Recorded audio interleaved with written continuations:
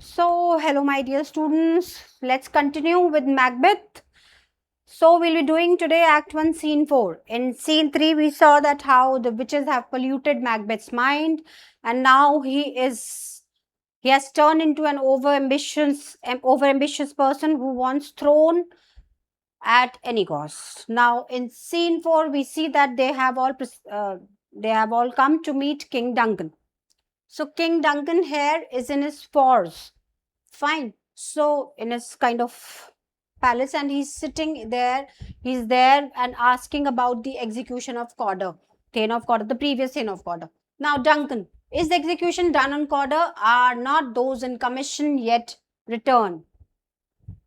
So, he's asking that whether the Thane of Corder has been executed or not, because he was given a death sentence by King Duncan because the Thane of Corder has turned a traitor. He has cheated on King Duncan and he has turned a traitor now. And he's asking that are those in commission yet returned? That is, those who were responsible for executing Thane of Corder, have they come back or not? Now, Malcolm, his son, is saying, my liege is my lord.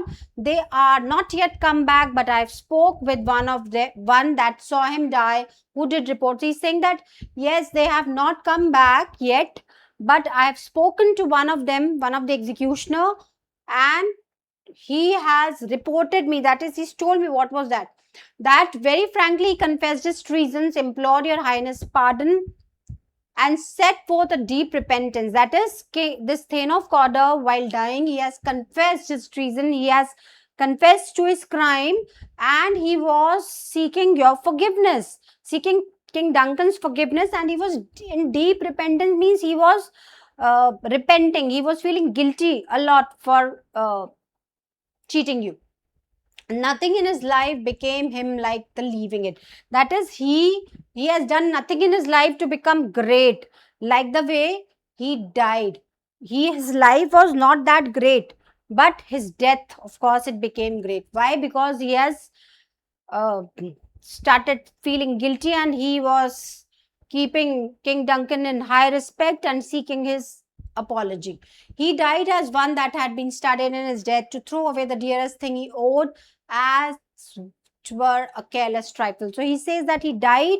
While dying, he gave up his most uh, precious thing he owned. That is, what could be more precious than life?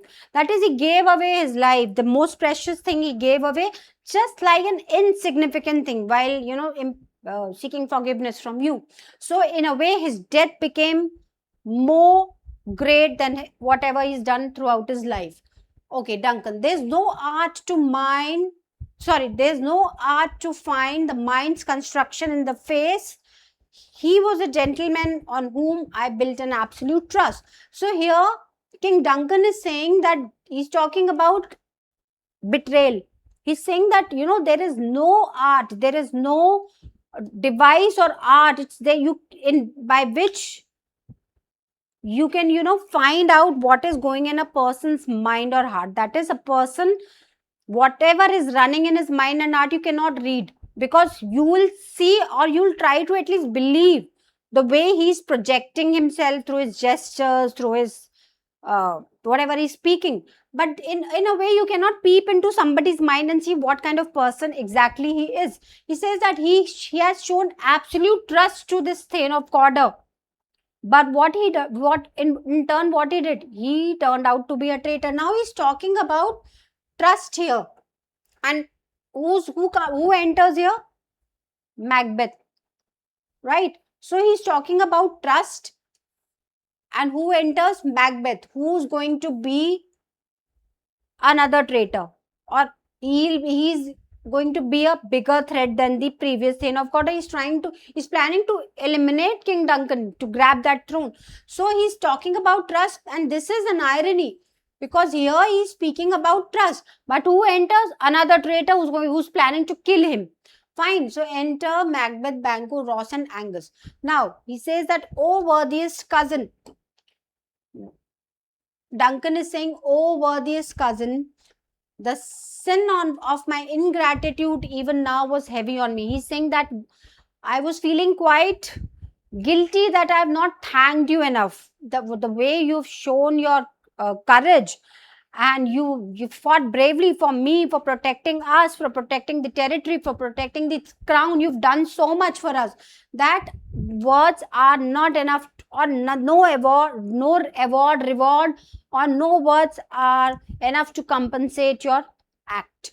Thou art so far that swiftest wing of recompense is slow to overtake thee. That is, you've done so much that even the fastest reward or the heaviest reward, fastest reward is slow. It cannot compensate, it cannot overpower what you've done. Even the strongest reward, they they, they look like quite low on weight for what you've done. Would thou hast less deserved that the proportion both of thanks and payment might have been mine. So he's saying कि अगर तुमने कुछ थोड़ा कम किया होता और मैंने तुम्हारी बहुत तारीफ कर दी होती, तो ये proportion जो है it would have been in my favor, और I would have that would have sorted कि मैंने thanks कर दिया, आपको एक title दे दिया था Thane of Kodok, I've elevated you, it's done. But you've done so much that these things are also not compensating what you've done for us. Only I have left to say, more is thy duty than any more than all I can, than all can pay. He's saying that मैं बस इतना ही कह सकता हूँ कि तुम more is thy due than more than all can pay. That is, मैं सिर्फ इतना कह सकता हूँ कि तुमने इतना ज्यादा कर दिया है कि I cannot pay. So now here Macbeth was already planning to eliminate him, and he started, establishing himself on the crown. आप इन सब वर्ड से उसको और थोड़ा सा बूस्ट मिल जाता है कि ठीक है, मैं तो डिजर्व ही करता हूँ किंग बनना, I am so great, even the king is not able to repay my actions, so I am great, so he is now pumped with these words also. ठीक है, तो उसको लगता है कि अब कुछ तो है कि I deserve to be a king. Now Macbeth is saying here, Macbeth is trying to glaze King Duncan. He is trying to kind of, makhan laga raha hai usko. The service and the loyalty I owe in doing it pays itself. So he is saying कि जो आपने whatever service I do for you, वो itself एक reward है. जो मैं आपके लिए करता हूँ वही मेरा reward है. ठीक है? Your Highness part is to receive our duties, and our duties are to your throne and state children and servants, which do but what they should by doing everything save towards your love and honor. So he's saying that it is our duty to serve you, और आपकी duty का क्या है? To receive our services. It is same. He's saying that it is like, what is the duty of father to, what is the duty of children towards their father, or the duty of servants towards their master. So it is same. So it is our duty to serve you, and your duty is to receive our services happily. So it is, what is there? It is our duty कि हमको सब कुछ वो करना चाहिए, so that we protect you, protect the throne. So that is, we owe our duties to you. It is our utmost duty to serve you. Fine. So Duncan is saying, welcome Hither, I have begun to plant thee and will labor to make thee full of growing. So he's saying that Duncan is obviously, he's flattered again with the words. He's saying that I have planted these seeds, these fruitful seeds, the seeds of such trees which will bloom into fruitful trees, which will give good harvest or good result when they'll grow. Banquo is saying, he's talking to this Banquo also. Noble Banquo, that has no less deserved nor must be known, no less to have done so, let me enfold thee and hold thee to my heart. So he's talking to Banquo. He's saying that Banquo, you also deserve a lot. You have not done anything lesser on the battlefield, so you also deserve, and you cannot be known as lesser one. No, कि इसने थोड़ा कम किया था. No, you are equally like you can say you are equally honored. Fine. So you've done a lot. So he says that let me keep you close to my heart and let me hug you. Banquo is also glazing him. There, if I grow, the harvest is your own. So he says that even if I grow into a fruitful tree, the harvest or the reward or the whatever the benefits will be, it will be all yours too. He's talking to Duncan. So here Banquo is also glazing, but his glaze is kind of, जो होता है ना, मक्खन लगाते हैं, juniors अपने bosses को, तो वो वाला है, बट मेलेशियस नहीं है। उसका मैकबेथ का पूरा मेलेशियस था, बिकॉज उसका तो उसको अब कुछ नहीं दिख रहा था, उसको क्राउन दिख रहा था। तो he wanted to eliminate Duncan. वो डंकन से, Duncan was an obstacle now for him. So he was glazing just like that only. अंदर से कुछ और, बाहर से कुछ और. Now Duncan, my plenteous joys, wanton in fullness, seek to hide themselves in drops of sorrow. So he's saying that now I have so much of joy that my eyes are filled. Now he's little, emotional, and tears come in his eyes, maybe because of his old age, or maybe because he's quite emotional, and now he is trying, the moment is quite emotional for him, because now in the next line he's going to announce his heir. Son's kinsman Thanes, and whose places are the nearest? No, we will establish a state upon our eldest Malcolm, whom we name hereafter the Prince of Cumberland. So he's saying that son kinsman, that is son's relatives, and all the important position holders, all the Thanes, all the ministers, and also on.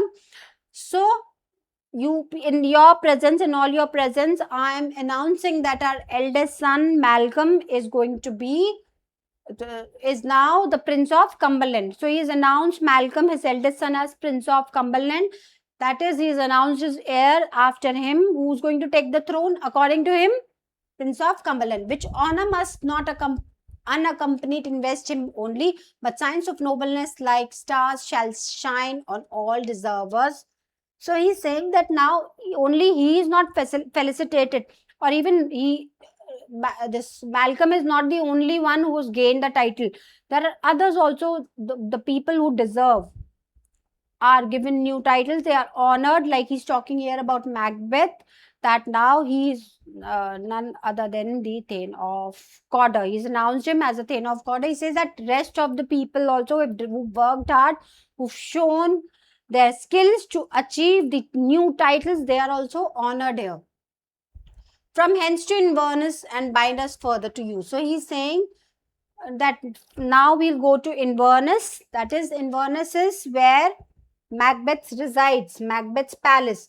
So this is Macbeth's castle. Fine. It is Macbeth's castle. This Duncan is saying that, okay, let's go and move ahead to Macbeth's place and bind us further to you. That is, he's saying that Macbeth, let's get more indebted to you by your hospitality. Right, Macbeth.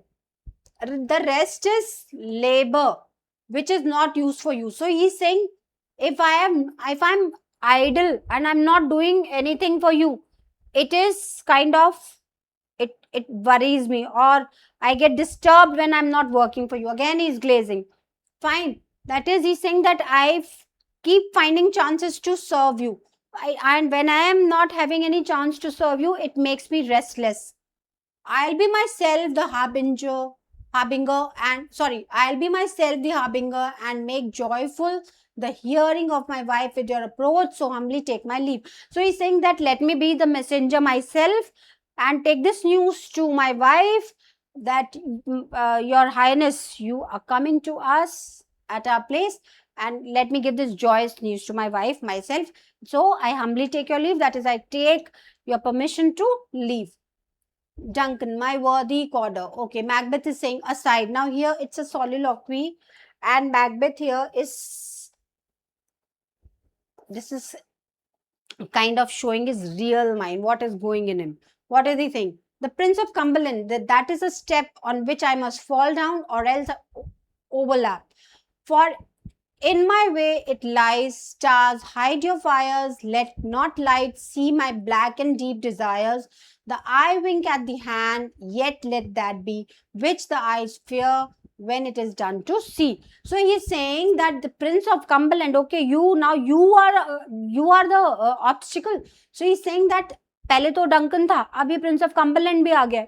So he's saying that Prince of Cumberland, okay, you are the step on which either I'll fall down and I'll not be able to achieve my aim of becoming a king, or else you are the step on which I'll overlap, that I'll overcome this obstacle and I have to be the king. For in my way it lies, stars, hide your fires, let not light see my black and deep desire. So he's talking to stars and he's saying that please, you dim your light. I don't want light to see my evil desires. He's very well knowing. He knows very well that I am not having quite positive bent of mind. He's now turning quite cruel. So he doesn't want light to see his real desires, which are black, poisonous, toxic. Okay. Let not light see my black and deep desires. I wink at the hand, yet let that be, which the eye fears when it is done to see. You're saying that let not my eyes also see what they are scared to see. That is, if let not my eyes see the hand, what the hand is about to do. वो कह रहा है कि मेरी आंख जो है, अगर उसे डर है कि उसका हाथ क्या कर रहेगा, मर्डर करने की प्लानिंग कर रहा है, तो वो कह रहा है कि if my let my eyes not see what my hand is doing, because if my eyes are scared to see what my hands are doing, तो let it be done. मेरा हाथ को मर्डर कर लेने दो.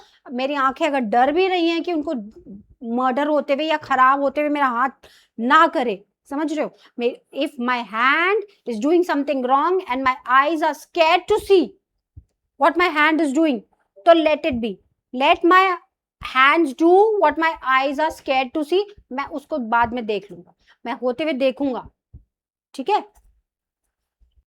All right. So Duncan is saying, true worthy Banco, he's full so valiant, and in his commendation I'm fed. It is a banquet